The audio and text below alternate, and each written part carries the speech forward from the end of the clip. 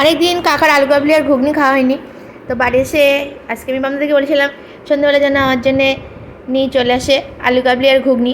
তো সে আলু কাবলিটা মোটামুটি ঠিক আছে, ঘুগনিটা তো সে ঘেটে ঘর চেটে খাওয়া মতো হয়ে গেছে, মানে এমন ঘাটাঘাটি হয়ে গেছে, মানে সাইকেলে করে এনেছে আর সে ধাক্কা টাক্কা লেগে এসে নানান মানে মাখামাখি অবস্থা আর কি।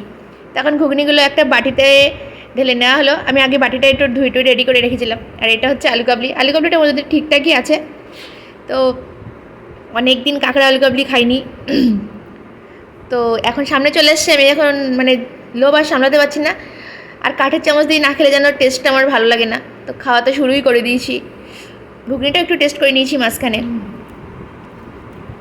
বন্ধুরা, কতদিন পরে খাচ্ছিস কাকার দোকানের ঘুগনি আর আলু কাবলি? 2 মাস পর। এসে পর আগে কাকার দোকানে গেছে খাবার খেতে, যদিও আমার জন্যে। আঁকা জিজ্ঞাসা কাকা ভালো আছো? হ্যাঁ, তুই ভালো আছিস? মা ভালো আছে? আমার জন্য বোধহয় একটু বেশি বেশি করে দেশে আজকে বল।